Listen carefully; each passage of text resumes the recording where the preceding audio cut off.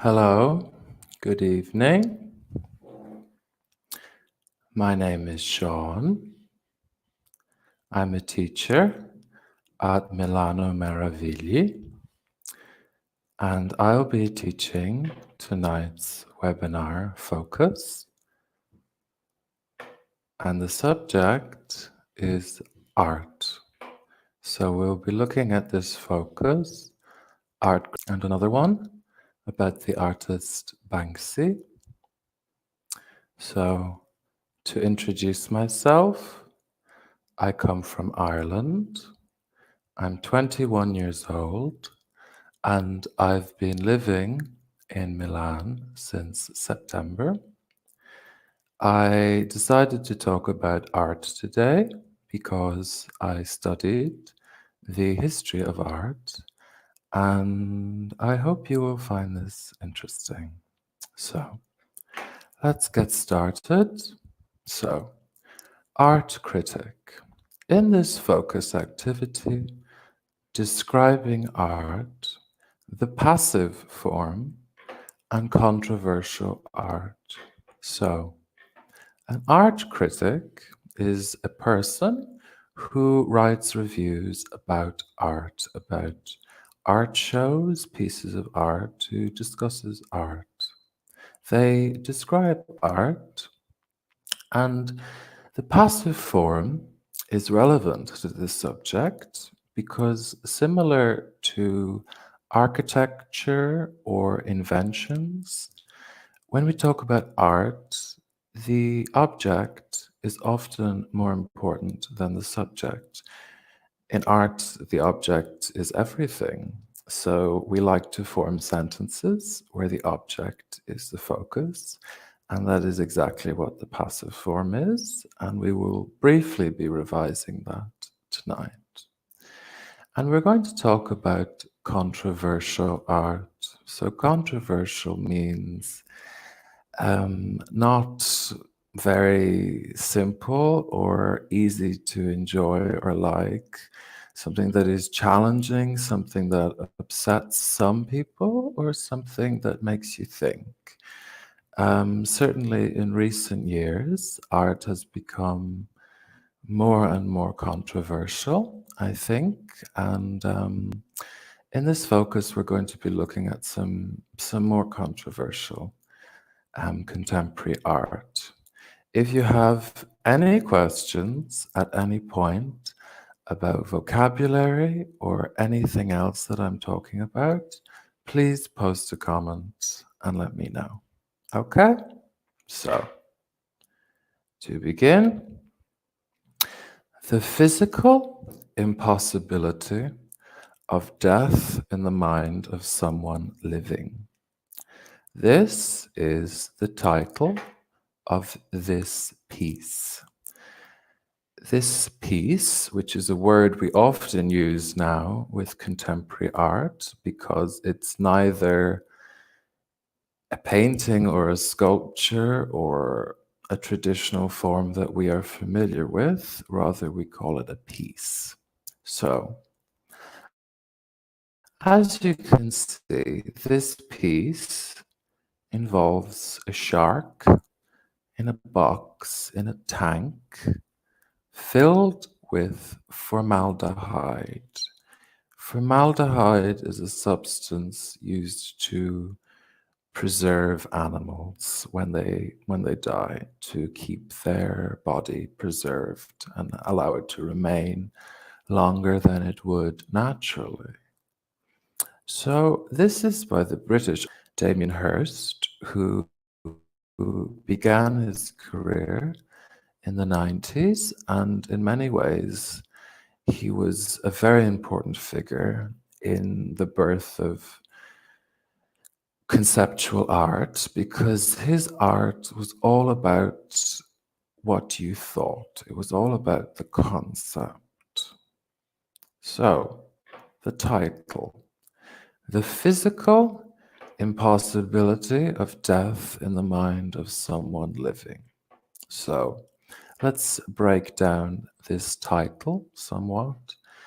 The physical impossibility.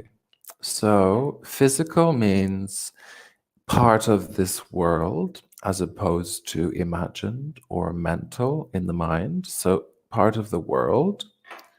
Impossibility is a physical impossibility. It is something that feels impossible in the real world.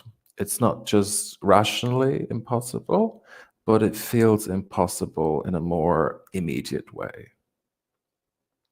Of death, the noun of dying, in the mind, in the mental cognizance of someone living.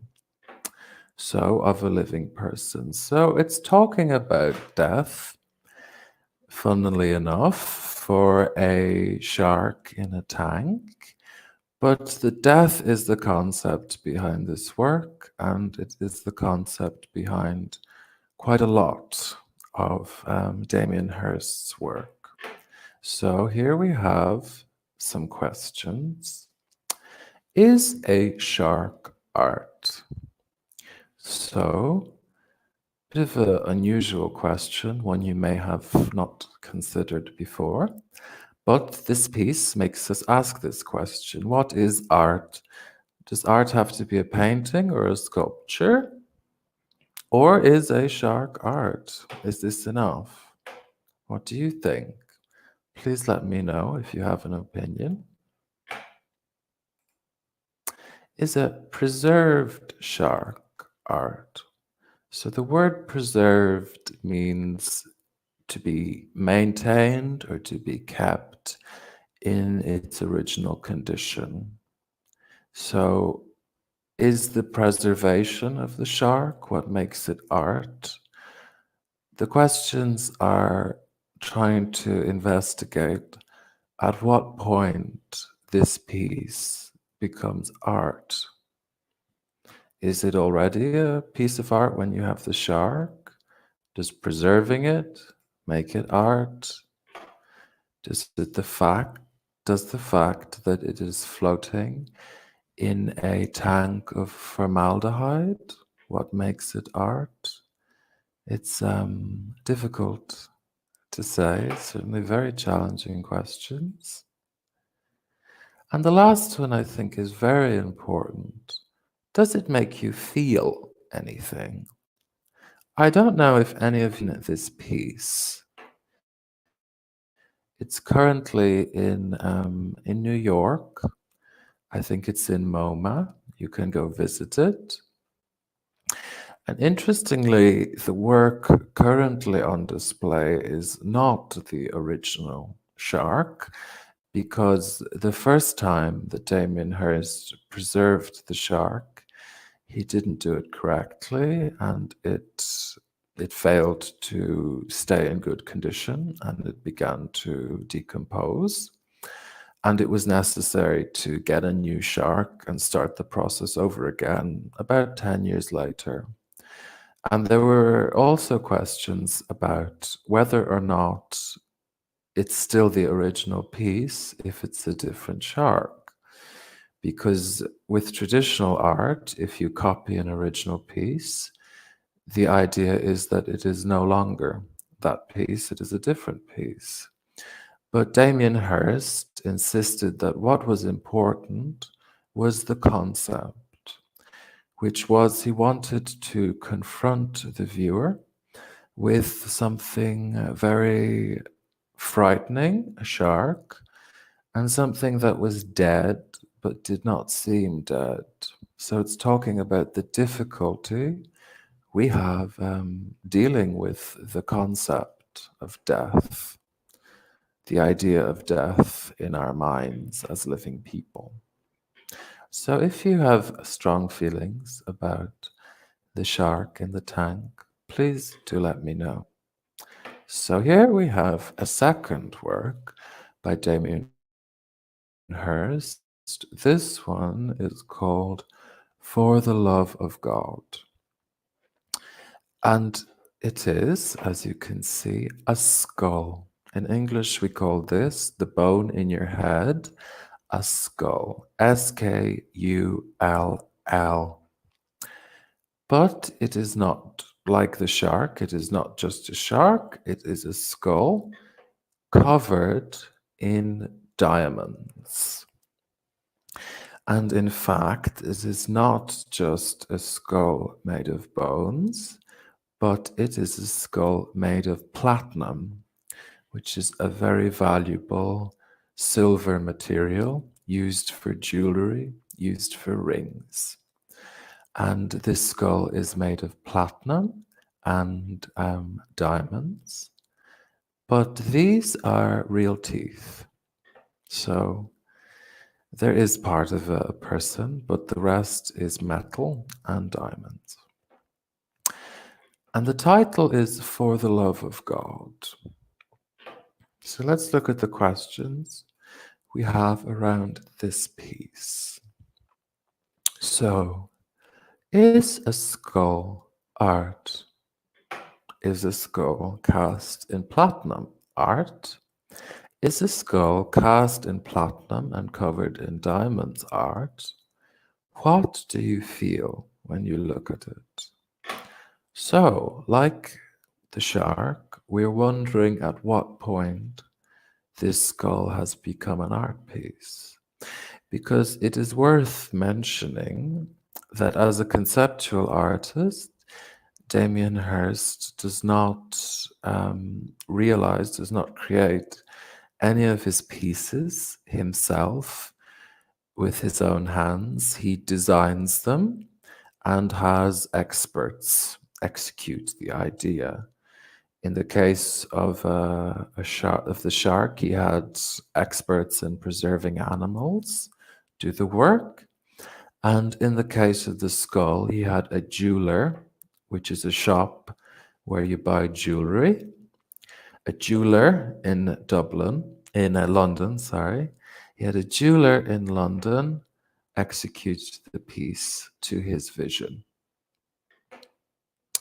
So, and we have here also the verb to cast. This is a verb used with sculpture. When you take an object and you transfer its form into metal. So you could cast a statue in bronze. You could cast a portrait of someone in bronze to transfer from an object to a statue, to a metal statue. So we have again, what do you feel when you look at it? So once again, Damien Hirst does seem to be interested in the concept of death in this piece, because naturally a skull being part of the skeleton, which you only see after someone dies, is associated with death. It's associated very strongly with death. And much like the shark, where he wants us to consider death and to think about death, here he wants to change the negativity of death. He's covered the skull in diamonds. He's made a negative concept into something positive. And the idea is that it becomes something very beautiful, something very... He thinks it's something that is joyful or optimistic when you cover it in diamonds. And I mean, and you think, what does this do for the concept of death? Does this make our idea of death clearer or less clear? But these are the concepts, and with this work, the concept is everything. Here, the title, For the Love of God, is something that is a common phrase that you would say in English, usually within a social context, usually to express exasperation for the love of God. That it was his mother who often said for the love of God to him, and that's why he decided to choose this title, because she was often exasperated with him as something of an unusual young man.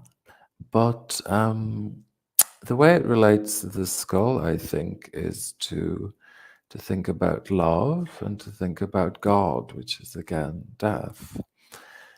I mean, related to death, the possibility of God, things like this. Very major questions and not always so obvious when you look at these works, which is maybe why in recent years the general public has often become confused by or not interested in contemporary artists because it's very difficult to understand the work. So I'm very curious to know if any of you have opinions about these two works. Are they art? Are they good pieces of art?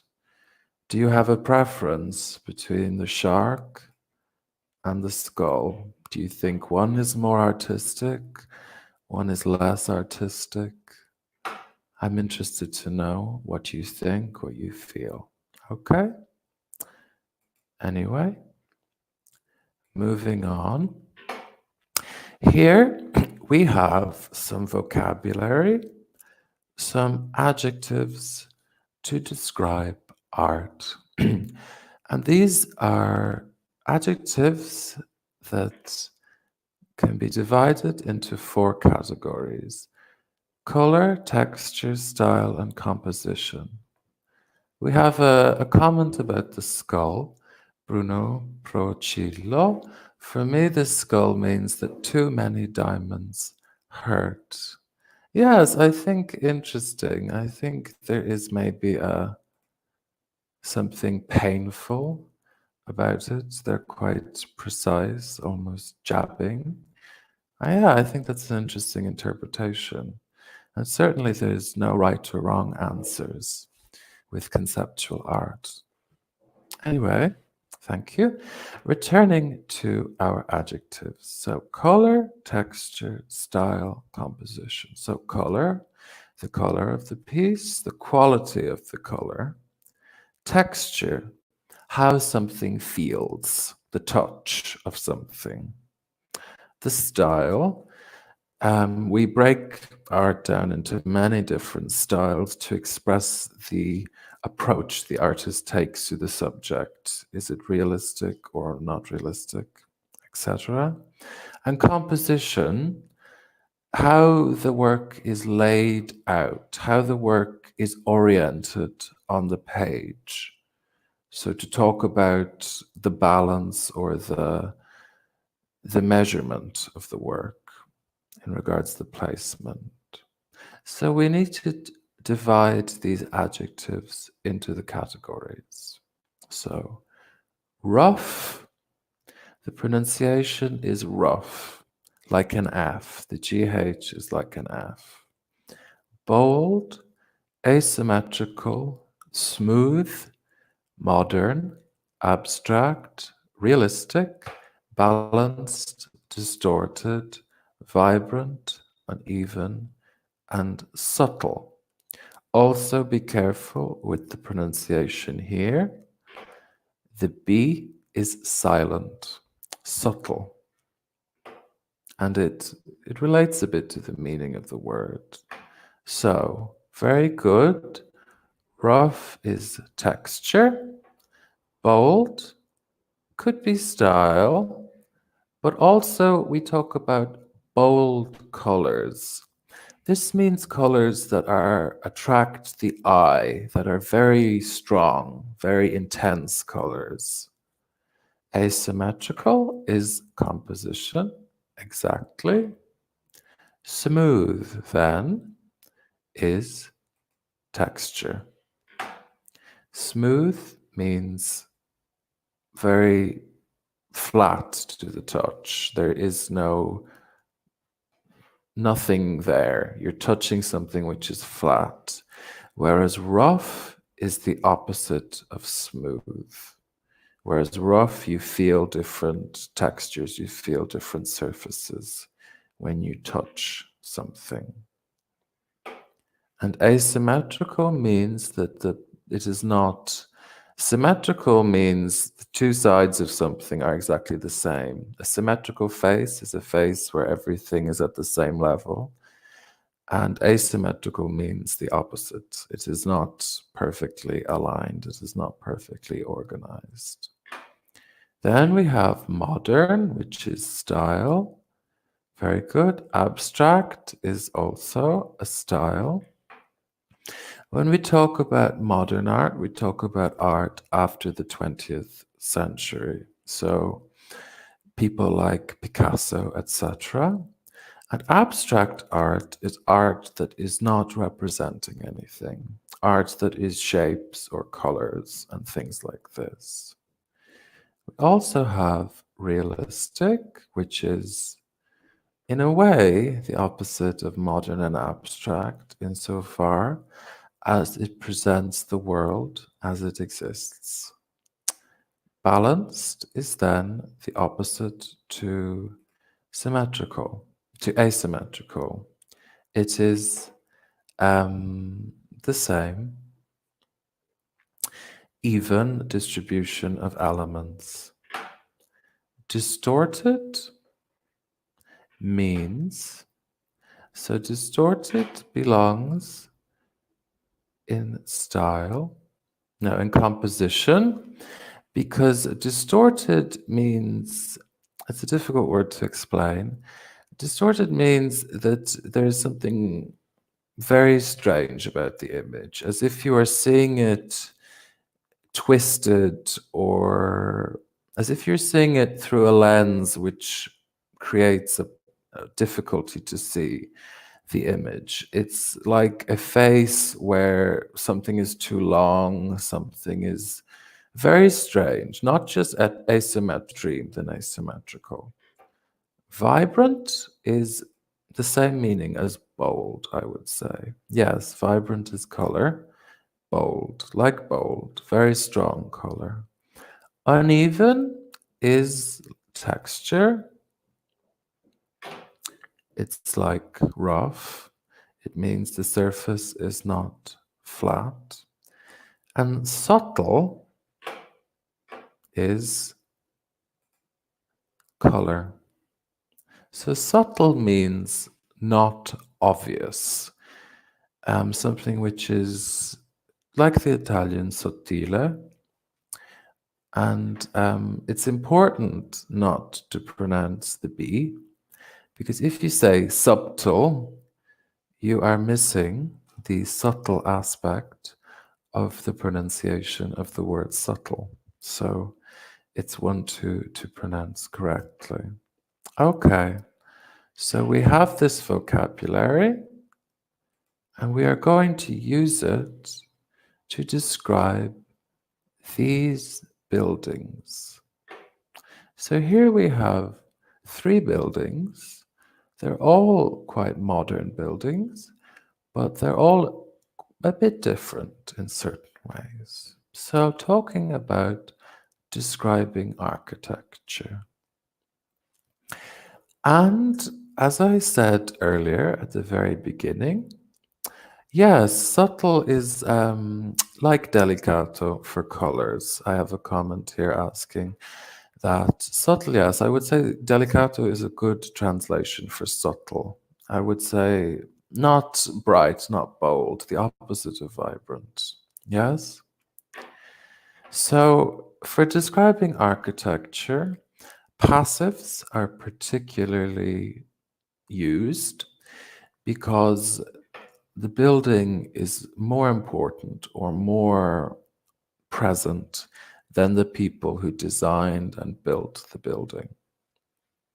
So we want to place the emphasis in the sentence on the building, which is the subject. So you have to change the order of the sentence from the typical subject, verb, object to object, verb, subject.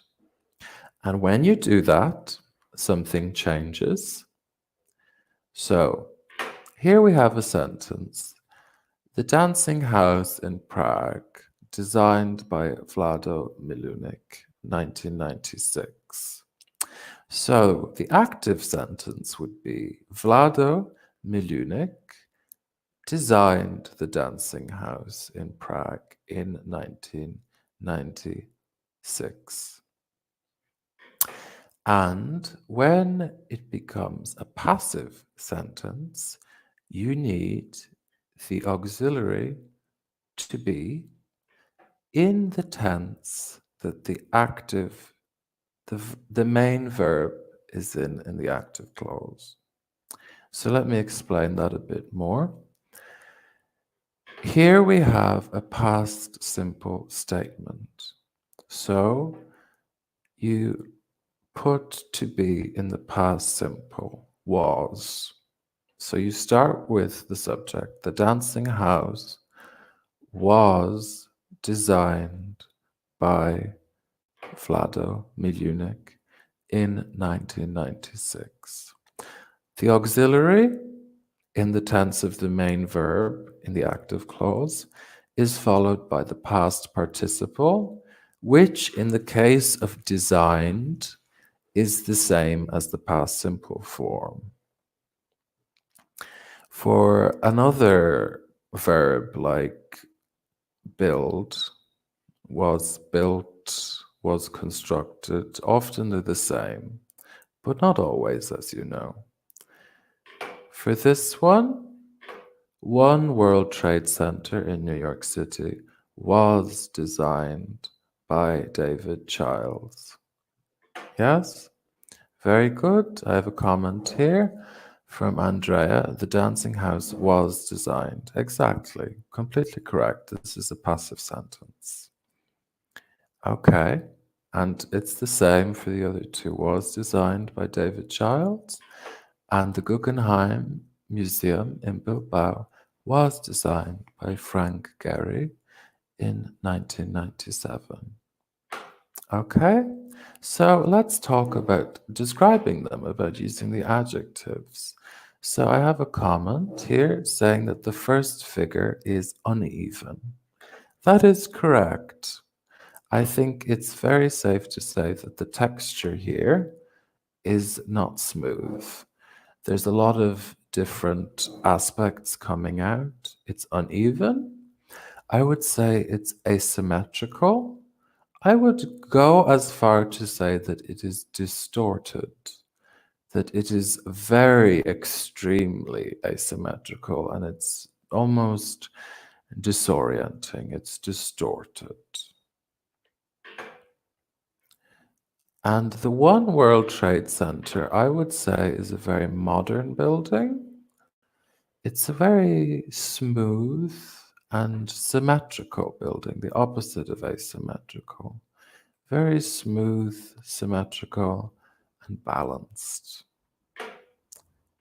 And here we have, in the Guggenheim, we have something which is maybe between the Dancing House and One World Trade Center, because it has the kind of asymmetry of the Dancing House, but it is also quite balanced and quite harmonious in its way. Harmonious means that everything works well together, the different aspects. It comes from music.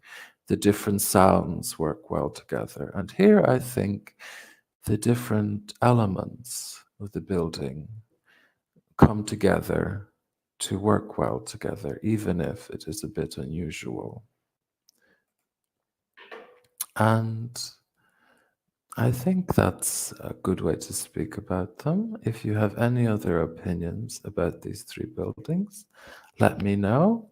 Tell me if you like these buildings, if you don't like these buildings, which one is your favorite, which one is your least favorite. Okay? So, here we have a text where we need to make these verbs in the gaps into passives. So, some argue that art only by humans, not machines or devices. So, this particular paragraph is speaking about the present. So these are present simple passives. So the first one, some argue that art is made only by humans, not machines or devices like photography. Art is created by design, adding or removing things. So even though we're talking about the present tense, we have to use the past participle, as you can see. And to see what tense it is, we look at to be the auxiliary. Works of art are produced only one time. No pieces will be exactly the same. Unlike art, photos can be copied, printed, and duplicated 1,000 times over. For others, photography is considered art. They argue, they argue that the camera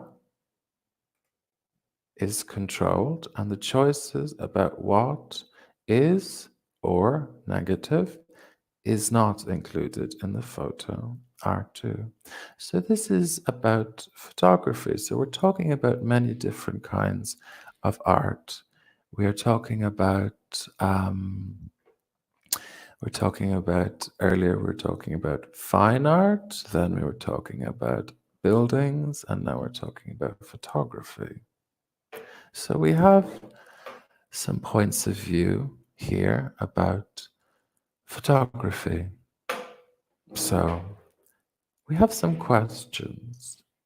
Is art only pieces that are unique? What about a series?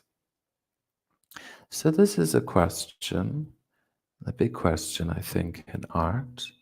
If we talk about a unique piece, this would be a traditional piece of art, like a sculpture or a painting, where the painter creates one original, and it is unique, it is singular, it is not produced as many. Some people would think that this is the only kind of art, but with modern art, this idea was argued against, certainly. And the artist who comes to my mind is maybe Andy Warhol, where he made very many series of prints, they had small differences, but they were very much about the same thing, all in a series, all the same.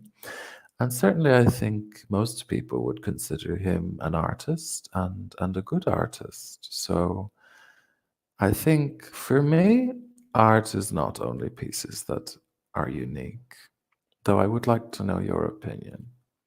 Can photos be manipulated like art? I think now they really can.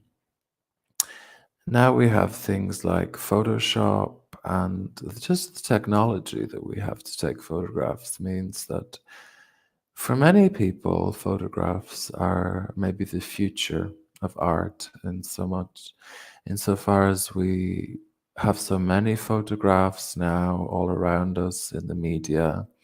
It's become the language through which we understand the world rather than traditional art. So, yes. And then a similar question, are the photos taken on phones art? And I suppose this depends on whether you think that the object or the thought process is more important when it comes to art. Because as an object, a photograph on a phone is not very difficult to take, it's not very challenging to create. But maybe if there's a very interesting concept, for me personally, I think it could be a form of art. Let me know your opinion. And something to note is that with pictures, with photos, in English, we use the verb to take a picture, not to make a picture, to take a picture. Are photos posted on Facebook or Instagram considered art? I think you are dealing with the same problems as before that we discussed. So, yes, there's a lot of questions here and very big questions for an English lesson, certainly. But I think it's interesting to think about bigger things in another language. It gives you a different perspective. So, anyway, now we are going to consider the work of a specific artist using the vocabulary from earlier and using passives to talk about a specific artist. We're going to talk about the artist Banksy, who I'm sure many of you will be familiar with. He is a British artist and he is what we call a street artist because he makes paintings and images and he puts them on walls and public places. You could talk about street art or vandalism, depending on your point of view. And that is what we will be talking about now, looking at Banksy. So, street art and positive and negative reactions to an artist. So, we will be looking at some examples of art reviews. So, have you ever heard of Banksy? Here we have a little text which tells us about Banksy. Okay. Each piece is made for a reason, whether photographed or drawn. Yes, I agree. I think that, like you, I agree that the reason is an important part of art. I think that just the drawing or the photograph can be very attractive, but I think maybe the reason is in some ways as important or more important. It depends. So here I'll read the text. Banksy began as a freehand graffiti artist in 1990 to 1994. By 2000, he had turned to the art of stenciling after realizing how much less time it took to complete a piece. He soon became widely renowned for his artworks around Bristol and London. Banksy's stencils feature striking and humorous images, occasionally combined with slogans. The message is usually anti-war, anti-capitalist, or anti-establishment. The identity of the figure Banksy has always been a mystery, but there have been numerous rumors and theories. His art draws much criticism and controversy, but this shadow figure, street artist, has become famous worldwide. So, we have some vocabulary here that you might not be familiar with. So, we have Banksy began as a freehand graffiti artist, but by 2000 he had turned to the art of stenciling. So, the difference between a stencil and freehand is that a stencil is like a shape or a pattern that you can spray into and leave it on a wall. Whereas freehand, you just take the spray and you do the design. So it's a difference in the process. And with street art, you have freehand and stenciling. And Banksy was attracted because it took less time to complete a piece. He became widely renowned. To be renowned is to be well considered by critics, to be well liked by the public, to be famous, but in a positive way, for his artworks around Bristol and London. Striking and humorous images. A striking image is like a very bold image. It catches your attention. It's very strong, very arresting, striking, attracts the attention, I would say. And humorous, funny. Images occasionally combined with slogans, with some writing or some text, with some idea.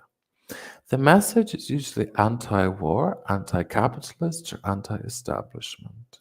So if anything in English has anti in front of it, it means that you are against this thing. So Banksy is against war. He is against conflict. He is against capitalism, the system of economic government that we have in the Western world, and anti-establishment. The establishment is it's related to capitalism. It's the people who have power and their values, let's say, the things that they consider to be significant or important to maintain. So you talk about anti-establishment being against traditional ideas of how society should work. The identity of the figure Banksy has been a mystery, rumors and theories. So we don't know who it is, but there are some ideas out there. To draw criticism, we can use the verb to draw, here meaning to attract, to gain some criticism, and then controversy. The difference between criticism and controversy is that criticism is somebody saying this is a bad piece of art, and controversy is instead when a piece of art is provocative, when it goes against the establishment, the ideas which are standard. It is somehow taboo or unusual. And a shadow figure is somebody who is in the shadows, who is in the dark, and we do not know who they are. So here we just have a summary of Banksy and his work. And here we have a work by Banksy that you may or may not be familiar with. This work has been attached to the title, Sweeping It Under the Carpet. This is an idiom in English, to sweep under the carpet, to be swept under the carpet. The carpet is like this. It's a fabric on the ground that you can lift up and sweep things under. So obviously, literally, the maid is sweeping the dirt under the carpet. She is not cleaning very well. She has decided instead that she will hide things under the dirt and under the carpet. And the meaning of this idiom is that something is swept under the carpet, that something is hidden. It is not, a problem is not resolved or dealt with properly. It has just been hidden. If you say the government is sweeping under the carpet the problem of corruption, they are hiding it. They are not resolving it. So the image is, as we said before, it's bold, it's striking, it's a strong image, it attracts attention.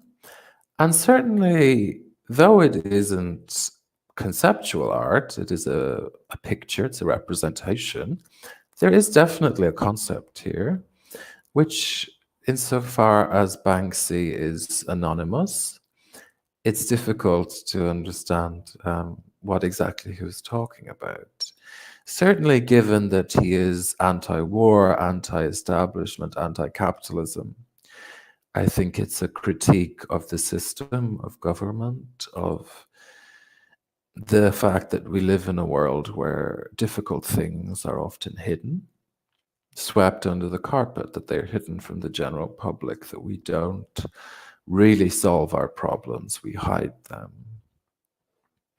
Certainly, I also think maybe it's a little bit about class and class differences. So in English, when we talk about class, we talk about the place of someone in society, rich people and poor people. So a maid is usually someone hired by very rich people. And now we wouldn't have a maid wear this kind of uniform. Now, if you have someone who cleans your house, first of all, you wouldn't call her a maid, because even this term is no longer considered politically correct. The more acceptable term is a cleaner, and they would wear normal clothes. And maybe Banksy is saying that the rich people are sweeping under the carpet the reality that the situation is the same as 100 years ago, when women who cleaned houses actually dressed in this way. They had to wear a uniform. They were obliged to wear a uniform. But again, it's open to interpretation. There's no definite meaning. So if you have an idea, please comment and let me know. I would love to be able to share some of your ideas. Okay? Now, negative criticism. So here we have a person who does not like Banksy, who has a negative response to Banksy. So Banksy is not an artist in an authentic way. As an artist, Banksy stops existing when there is no news about him. Right now, he is a story once again, because a mural by him, street art, and graffiti are no longer allowed to describe his pricey works, has been removed from a wall and put up for auction. Next week, the story will be forgotten, and so will Banksy, until the next time he becomes a headline.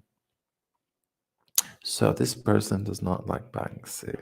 It's not an artist in an authentic way. To be authentic is to be true, to be sincere, to be honest, to be true, to be sincere, to be honest.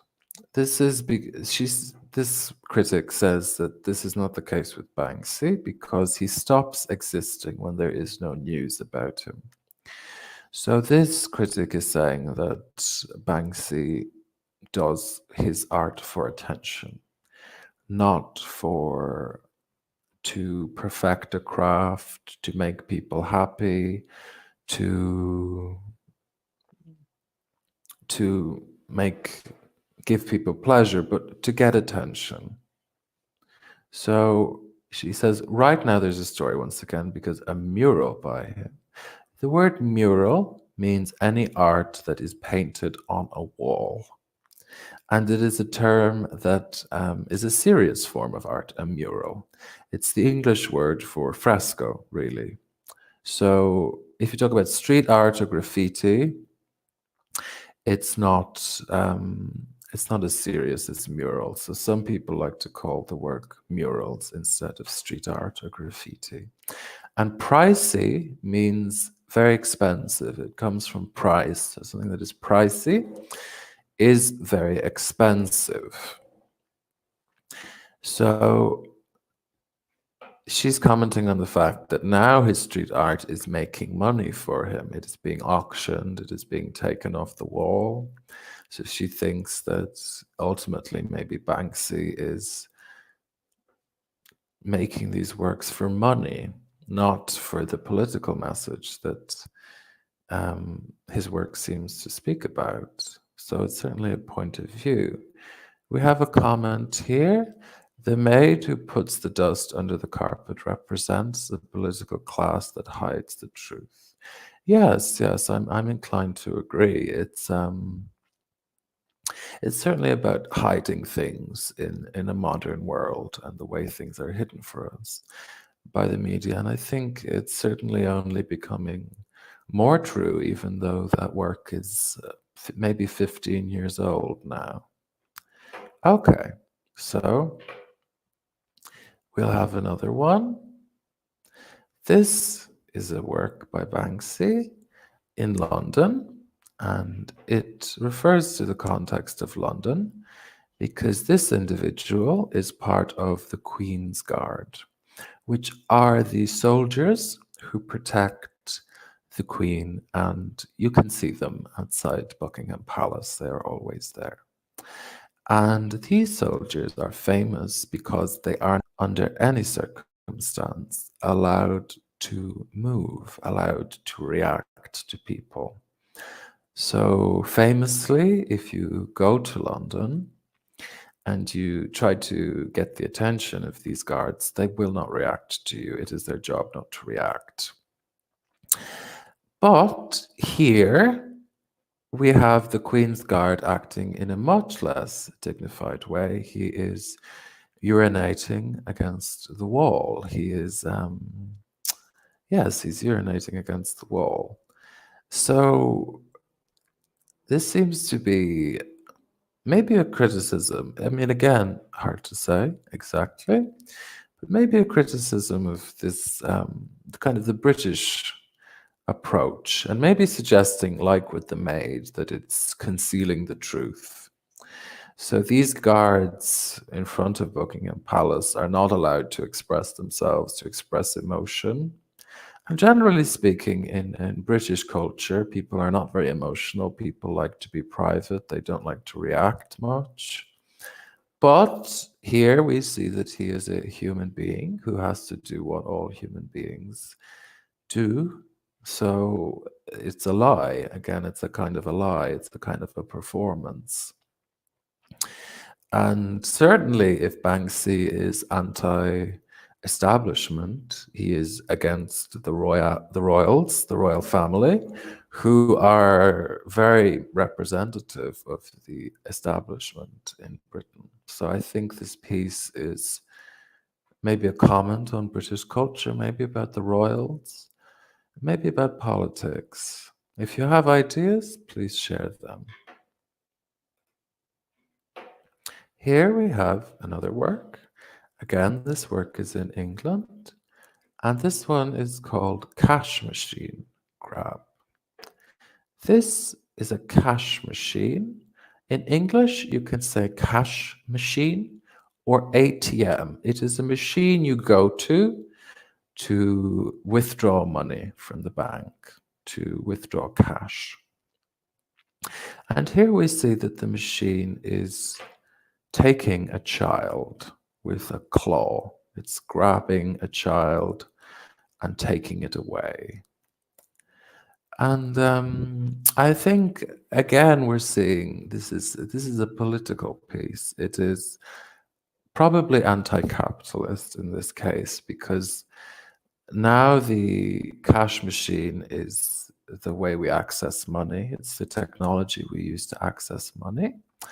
And the presence of the child is maybe talking about the corruption of money, that money takes our innocence, that money takes away our goodness, our childlike goodness and innocence, and that money is bad for society, or that the way that we distribute money is bad for society.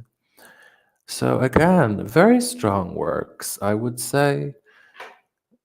In the style, very simple lines, simple colors, but very strong, very, very bold. Yes. We have a comment about the Queen's Guard. I think he is pissing over something. He represents the monarchy. Yes, very good. The verb to piss is a slightly ruder verb for to urinate, but it's a very commonly used verb. So yes, he's pissing on the monarchy. Yeah. Again, it's very humorous art. It's very controversial, very provocative art. So now we have a positive reaction after the negative reaction of earlier.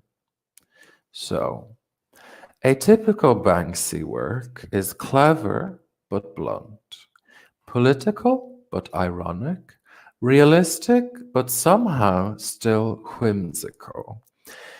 Banksy's entire anonymous career might be the greatest act of marketing the art world has ever seen. Banksy's projects have come to be cherished as emblems of creativity and beauty. His work always leaves plenty of room for debate. Banksy's murals are designed to disrupt people from their daily routines, to make them stop and notice something, to see things differently. So, clever but blunt. So, clever is intelligent. Blunt is very direct, very honest, very straightforward. Political but ironic. Ironic is a kind of amusing or funny in a very intelligent way, a kind of a contradiction which makes you laugh. Realistic, but somehow still whimsical. So, this is a very difficult word to translate, whimsical. The closest word would be sfizioso, but we do not use whimsical for food. Whimsical is sort of enchanted or magical or fantastical or charming. None. So he's representing things in a realistic way, but there is still a sense of whimsy, of charm, of magic, of something special about them. A difficult one to explain. Banksy's entire anonymous career might be the greatest act of marketing the art world has ever seen. So again, they think that Banksy is very intelligent at marketing, but that this reviewer is seeing that in a positive way, whereas the negative reviewer thought it was very bad for an artist to be concerned about marketing themselves, about getting attention. Banksy's projects have come to be cherished as emblems of creativity and beauty. So to be cherished is to be appreciated and loved and viewed and well protected and liked by people. So it has a few meanings. I would say to be protected and loved, somewhere between protected and loved, as emblems of creativity and beauty. His work always leaves plenty of room for debate. Banksy's murals are designed to disrupt people from their daily routines and make them stop and notice something, to see things differently. So this critic is happy to use the word murals for these works. He thinks they are serious pieces of works. They're emblems, they are symbols of creativity and of beauty, which, yeah, it's an interesting point of view. We have another opinion in the comments. In my opinion, this one means that technology represented by a robot who's capturing a child is dangerous. Yes, I didn't say this, but I very much agree that there is an aspect about technology here, certainly, because it's not just money, but the very modern, the very new technology way that we access money. So I think a combination of money and technology and the kind of things that have become extremely important in the modern world that are so negative. So, do you like Banksy? He's certainly an interesting artist, I think. And he's an artist that would often be talked about in the passive because he's anonymous. So you'd say this mural was painted in 2000 and something. Yes. So you would have to use passives a lot when you talk about Banksy. And for my opinion about Banksy, I think I am somewhere between the negative and the positive reaction. I think they both make points which are good and true. In that Banksy, I think he makes work that is interesting and very much more engaging than a lot of contemporary art, because I think something like Damien Hirst is much more difficult to understand than a Banksy, and I think the public likes something like Banksy a lot more. But I also think that maybe there is a bit of marketing trying to get attention. Again, because he's anonymous, it's very hard to understand his motivations. But anyway, so we're running out of time just now. But I hope you enjoyed my speaking about art. It's certainly a particular subject in English that is spoken about in a language that is not necessarily the language of everyday life. So it may have been difficult to understand me, but I hope that you enjoyed it somewhat and were able to understand me a little bit. Okay? Goodbye. Have a great evening.